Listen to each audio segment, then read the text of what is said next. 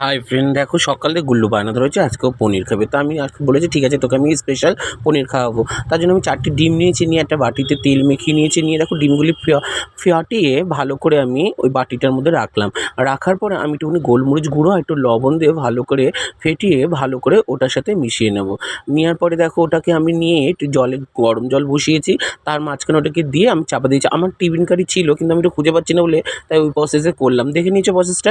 আর এরকম ওটা গরম হতে হতে দেখো একটুখানি ভাপা হতে হতে আমি আলু, পেঁয়াজ, রসুন কেটে নিয়েছি। আর মশলা করার জন্য আমি একটা পেস্ট তৈরি করে নিয়েছি, যেটা জিরে, ধনে, লঙ্কা দিয়ে ভালো করে দেখো আমার ওটা অলরেডি সেদ্ধ হয়ে গেছে। তার জন্য ওটাকে বের করে দেখো পিস পিস করে পনির আকার দিয়ে দিলাম।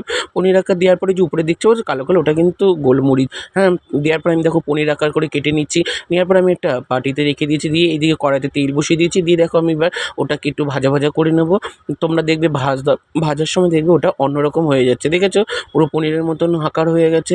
হওয়ার পর আমি দেখো ওখানে একটু একটু তেজপাতা, শুকনো লঙ্কা দিয়ে ফোড়ন দিয়ে আমি আলু ছেড়ে দিলাম। দেওয়ার পর লবণ, একটু হলুদ দিয়ে আলুটাকে লাল লাল করে ভেজে নিয়েছি। নেওয়ার পর আমি যে পেঁয়াজ রসুনটা কুচিয়ে ছিল একটুখানি, সেটাকে দিয়ে দিয়েছি। আর মশলাটা যেটা ছিল আমি সেটা ভালো করে অ্যাড করে দিয়ে ভালো করে নাড়িয়ে নিয়েছি। আর যেন কষানোর পরে যতক্ষণ না তেল বেরোবে ততক্ষণ কষিয়ে নিতে পারবে। তারপরে কষানোর পর একটু গরম জল দিয়ে দেবে। দেওয়ার পরে ওই পনিরটাকে দিয়ে দেবে, মানে ডিমটাকে দেওয়ার পর দেখো রেডি হয়ে গেছে আমাদের পনির তরকারি। তারপর